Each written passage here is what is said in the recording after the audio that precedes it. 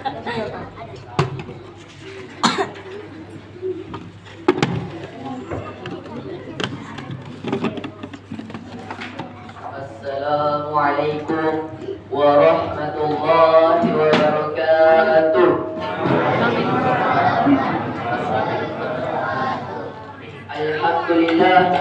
Alhamdulillahilladzi hadana lihadza wa ma kunna linahtadiya laula an hadana Allah. Asyhadu an la ilaha illallah wahdahu la syarika lah wa asyhadu anna Muhammadan abduhu wa rasuluh. Allahumma shalli ala sayyidina Muhammad wa ala alihi wa ashabihi ajma'in. Amma ba'd. Alhamdulillah, marilah kita senantiasa memanjatkan puji syukur kita atas kehadiran Allah Subhanahu wa taala yang telah memberikan kita berbagai macam nikmatnya, baik nikmat umur, nikmat kesehatan, terlebih-lebih lagi nikmat iman yang selalu melekat di hati kita.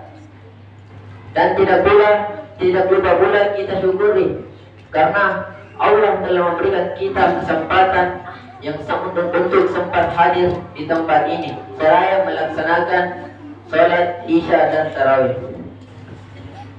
Salawat dan salam tidak lupa kita curahkan kepada baginda Nabiullah Nabi Muhammad sallallahu alaihi wasallam,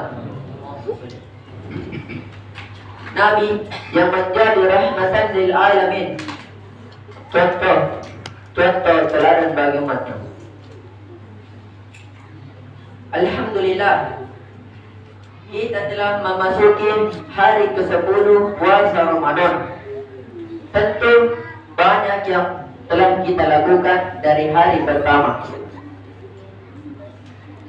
Dan yang perlu kita perhatikan adalah hal-hal mengenai yang membatalkan pahala puasa kita. Kaum muslimin dan muslimat rahimakumullah, puasa tidak semata-mata hanya untuk menggugurkan kewajiban, karena ujung dari diwajibkannya puasa untuk melahirkan insan bertakwa. Maka sudah semestinya bagi kita untuk menjadikan sebuah momentum agar kita meninggalkan perbuatan-perbuatan maksiat, sehingga jangan sampai puasa yang kita laksanakan hanya mendapatkan rasa haus dan lapar saja.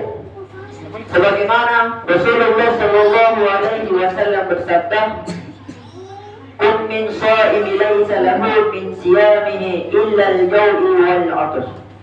Betapa banyak orang yang berpuasa namun dia tidak mendapatkan sesuatu dari puasanya kecuali rasa lapar dan dahaga.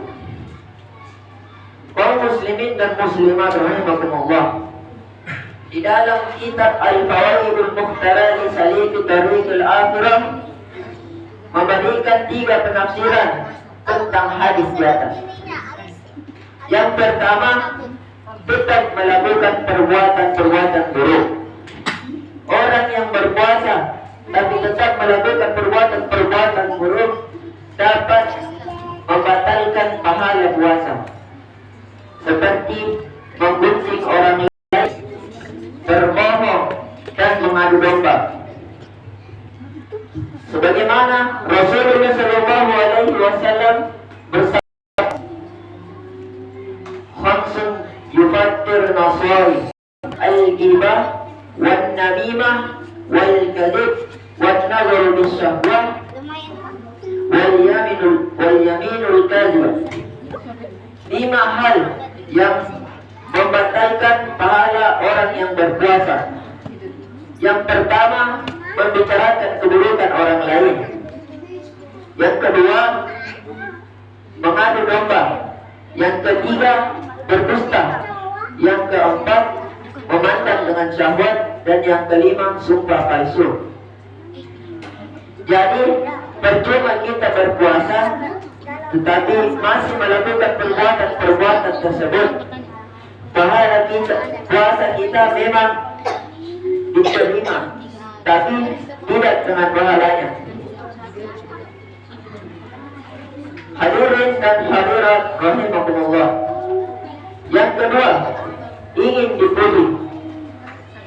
Di dalam hati orang yang berpuasa ada sifat yang disebut dengan riya, ingin dipuji oleh orang lain, atau merasa bahwa dirinya itu lebih baik, lebih sempurna dibandingkan orang lain. Sifat ini sangat dibenci oleh Allah Subhanahu wa Ta'ala dan dapat membatalkan pahala kita, dapat membatalkan pahala puasa kita. Ada suatu kisah, pada suatu hari ada seseorang yang hendak menghadiri majelis Abdul Qadir Al-Jailani. Saat itu Abdul Qadir Al-Jailani menyiapkan suatu hidangan di hadapannya. Kemudian ditawarkan kepada orang tersebut. Syekh Abdul Qadir mengatakan, makanlah. Orang tersebut menjawab, saya berpuasa. Lalu Syekh Abdul Qadir mengatakan, makanlah, saya akan menjamin pahalamu 1 hari penuh dan diterima di hadapan Allah Subhanahu wa Ta'ala. Namun orang tersebut menolaknya. Makanlah, saya akan menjamin pahalamu 1 bulan penuh dan diterima di hadapan Allah Subhanahu wa Ta'ala, kata Syekh Abdul Qadir. Namun lagi-lagi orang tersebut tidak mau memakan apa makanan yang dihidangkan di hadapannya. Lalu Syekh Abdul Qadir mengatakan lagi, makanlah, saya akan menjamin pahalamu 1 tahun penuh dan diterima di hadapan Allah Subhanahu wa Ta'ala. Namun orang tersebut sikapnya tidak kunjung berubah dari awal dia datang. Dan setelah itu Syekh Abdul Qadir mengatakan, tinggalkanlah, sesungguhnya engkau telah terlihat hina di hadapan Allah Subhanahu wa Ta'ala. Setelah kejadian itu, orang tersebut menjadi Nasrani, bahkan mati dalam keadaan kafir. Nauzubillah min dzalik. Jadi janganlah terlalu berbangga diri karena perbuatan tersebut sangat tidak Allah Subhanahu wa Ta'ala. Jika kita ingin terlihat di hadapan Allah, maka jalanilah perintahnya dan jauhilah larangannya. Jadi kisah ini berlaku dalam puasa sunnah, tidak dalam puasa fardu. Seseorang tidak boleh berbuka selama tidak ada alasan yang bisa dibenarkan. Membatalkan puasa wajib hanya karena menjadi tamu tidak diperkenankan kecuali dalam kasus puasa sunnah. Hadirin dan hadirat yang dirahmati Allah Subhanahu wa Ta'ala. Yang ketiga, berbuka dengan yang haram. Termasuk sesuatu yang dapat membatalkan pahala puasa kita adalah berbuka puasa dengan sesuatu yang haram.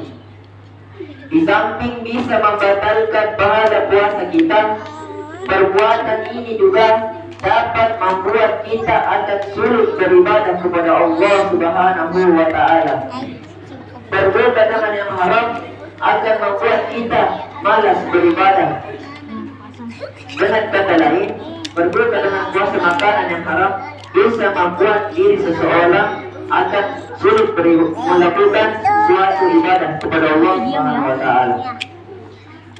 Jadi harus dipahami bahwa ketiga hal tersebut sangat berdampak negatif bagi diri kita, terlebih-lebih lagi saat berpuasa. Karena jika kita tetap melakukannya, orang yang berpuasa hanya bisa melakukan puasa, akan tetapi tidak mendapatkan pahalanya. Jadi insya Allah semoga pahala kita yang telah kita laksanakan diterima di sisi Allah Subhanahu wa Ta'ala. Amin ya Rabbal Alamin. Cukup sekian ceramah yang sempat saya sampaikan. Lebih kurangnya mohon dimaafkan. Jika ada kesalahan, itu bertanya kepada saya. Jika ada undangannya, datang dari Allah. Wabillahi taufiq wal hidayah. Assalamualaikum